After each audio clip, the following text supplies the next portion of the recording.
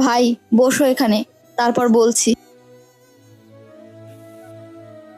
বলো বৌদি, দাদার কি হয়েছে আর দাদার এই অবস্থা কেন?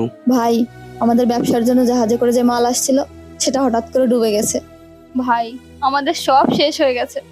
আর ওই টেনশনেই তোমার দাদা আজ 1 মাস ধরে ঘরে পড়ে আছে। বৌদি, দাদার এই অবস্থা 1 মাস ধরে, তোমরা আমাকে একবারও জানানোর প্রয়োজন মনে করনি? বৌদি, আমি বিদেশে গিয়েছিলাম কি করতে? টাকা ইনকাম করতে। আর সেই টাকায় যদি দাদার কাজ না হয়, তাহলে আমি সেই টাকা দিয়ে কি করব? বৌদি, তোমাদের কোনো টেনশন করতে হবে না, আমি দাদাকে ভালো জায়গায় নিয়ে গিয়ে চিকিৎসা করাবো। সাথী, তোমার সেই কথাগুলো মনে পড়ে? হ্যাঁ রিদ্ধি, মনে আছে। ভাই, তখন আমাদের কাছে টাকা থাকতেও আমরা তোমাকে টাকা দিইনি। মানুষের অহংকারই তার পতনের মূল। বৌদি, এগুলো ছাড়ো তো, আগে দাদাকে ভালো জায়গা থেকে চিকিৎসা করাতে হবে। দাদা, তুমি টেনশন করো না, আমি আসি তো।